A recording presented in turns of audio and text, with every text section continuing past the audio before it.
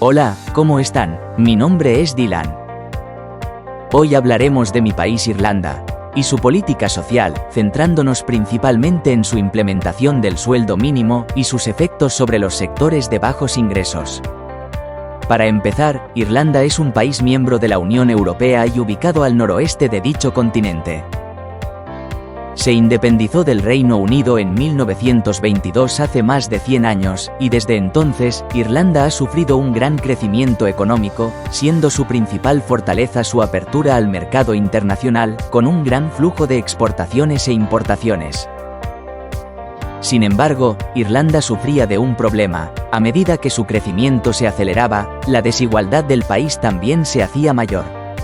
Para ser precisos, el 10% más pobre poseía un 2% de la riqueza del país, mientras que el 10% más rico se llevaba el 27%. Para afrontar este problema, a principio de los 2000, en Irlanda se introdujo una política de sueldo mínimo. Lo que hace que aparezca la pregunta: ¿cuál fue el impacto de la implementación del salario mínimo en Irlanda? Para contestar, nos centraremos principalmente entre los años 2000 a 2008 y en los sectores con los salarios más bajos. La hipótesis plantea que la introducción de esta política ayudará a la reducción de la desigualdad, beneficiando principalmente a los trabajadores de bajos ingresos, pero esta también reducirá el nivel de empleo, debido a que algunas empresas no serán capaces de pagar los costos de los nuevos sueldos. Para nuestro análisis consideramos un modelo de oferta y demanda laboral, primero observando cómo se comporta en instancia de competencia perfecta y en el segundo caso, en monopsonio, para así hacer una comparación entre ambos casos. Ocupamos las variables de oferta y demanda laboral, representada por LS y LD, respectivamente. En el gráfico podemos observar, cuando los dos mercados están en equilibrio, la oferta y la demanda se igualan en un mismo óptimo. Sin embargo, al aplicar un sueldo mínimo, si en caso de ser mayor al equilibrio este cambia.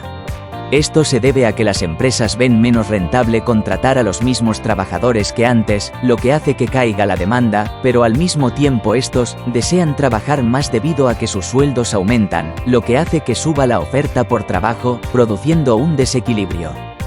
Como en el monopsonio solo existe un empleador, este puede decidir cuánto contratar y a qué precio, lo que hará que busque menos trabajadores y a un menor salario, creando un desequilibrio, y también una pérdida de bienestar en el mercado.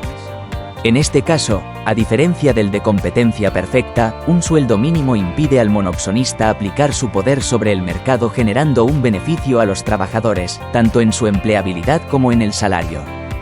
Por lo tanto, en el caso de Irlanda, si se presentara un monopsonio, con esta política se podría generar un mayor nivel de empleo para los sectores más vulnerables y, al subir los sueldos, una menor desigualdad.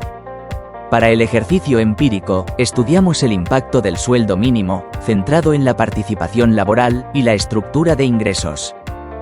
La participación laboral consiste en las personas en edad de trabajar activas en el mercado. Esta tasa en el año 2000 correspondía a un 62,1%, la cual aumentó a un 66,4% para el año 2008. Además, en este mismo periodo, la tasa de empleo en Irlanda pasó de 66,9% a 70,5%, lo que nos indicaría que el sueldo mínimo pudo haber sido un factor que incentivó la participación laboral, a pesar de aumentar los costos de contratación. Lo observado en la estructura de ingresos, o sea, la distribución de ingresos del sector menos remunerado, el salario pasó de 5,58 € por hora a 8,65 por hora. También, el coeficiente Gini pasó de 33 a 30,9 puntos, lo cual, aunque no parece tan grande, refleja que el sueldo mínimo fue uno de los factores que influyó en la reducción de la desigualdad. Tomando en cuenta todo lo propuesto anteriormente, podemos intuir que, contrario a lo que se esperaría en competencia perfecta, un sueldo mínimo produjo un incentivo en el mercado laboral, subiendo tanto el empleo como la remuneración de los trabajadores de menores ingresos. Sin embargo, la desigualdad en Irlanda persiste, por lo que aunque esta disminuyó y los sueldos del país mejoraron, pueden haber existido otras medidas que también aportaron. Eso sería todo por hoy. Muchas gracias por ver.